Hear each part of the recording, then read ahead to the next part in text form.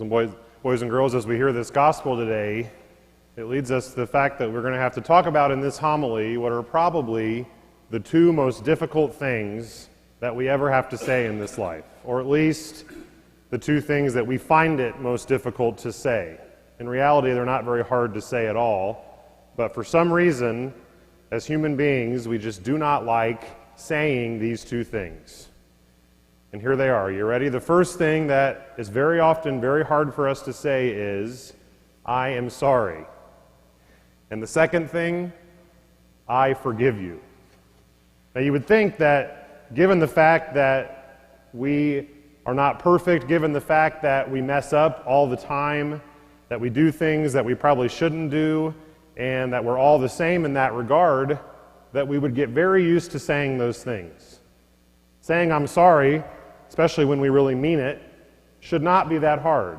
Saying I forgive you, again, especially if we really mean that, should be something that we all become professionals at saying. And yet it seems that it is never very easy to do that. I think that's because we are so affected by our own pride so often. It's very easy for us to think that everything we do is what should have been done and that we do no wrong. Everyone else does a lot of wrong. We like to hear I'm sorry from everyone else, but we don't feel like we have to say it that often. And as Jesus is reminding us in this gospel, that is not true. First, I think it's important to remember this when it comes to the most important of all relationships with God. And this one is a little easier for us, hopefully at least. We know that we have to say I'm sorry to God a lot. And we get used to that. And we know because God is perfect, God is above us, God loves us, we know God always forgives us. And so when we go to confession, when we say our prayers, we think about those things that we've done that are sins that we should not have done, those times that we turned away from God, those times that we didn't do where He was leading us, we didn't follow where He wanted us to go, all of those things. We can say we're sorry to God. And again, we know God forgives us. But here's the trick. Intimately connected with that is our ability to do this with one another. It's not just God most of the time, it is not just God that we need to say we're sorry to. If we've done something to hurt someone else, if we've done something wrong against someone else, if we've upset someone else, not just your peers, but also your parents, also your teachers, things that you've made it difficult for people, whatever it is that we do, which, yes, we are human beings, we mess up a lot, that is something that happens. Being able to go to them and say, I'm sorry, please forgive me, being able to acknowledge that we messed up, that is a huge part in what it means to grow closer to Christ.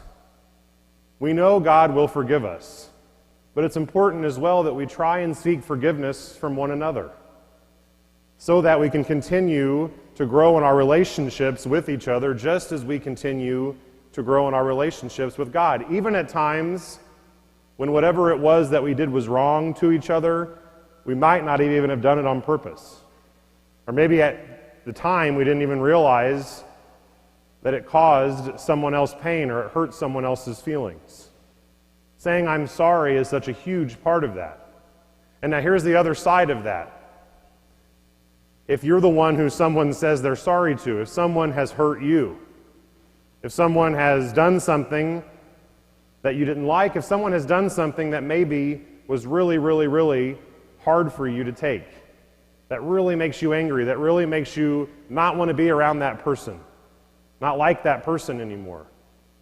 Being able to forgive someone is such an important part of all of this because, again, every time we go to God, He forgives us. We are always in need of forgiveness.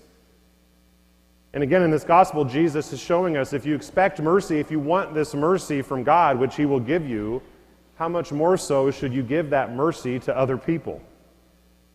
To forgive someone even when it's not easy, to forgive someone even when you don't want to, but to try everything you can to say, I forgive you. I accept that you're sorry. I accept and I'm not angry anymore. At least I'm going to try and give up this anger so that I myself can be happier and we can all continue through this together.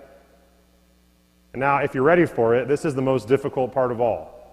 here's the hardest thing of anything I've just said. We are also called to forgive others even when they don't say they're sorry.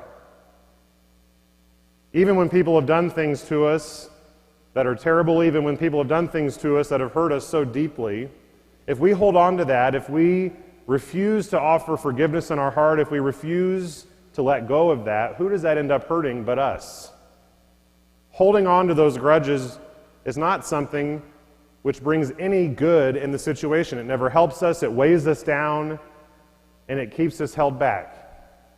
And so even at times when you have been wronged and the person does not come to you and ask for forgiveness, to be able to forgive in your heart, to be able to let go of things just as God does in His infinite forgiveness, that is how we grow closer to Him every day.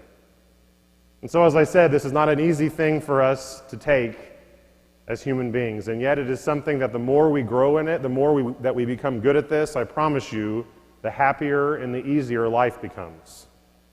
Just as we become happier and life becomes easier, the closer we grow to our God.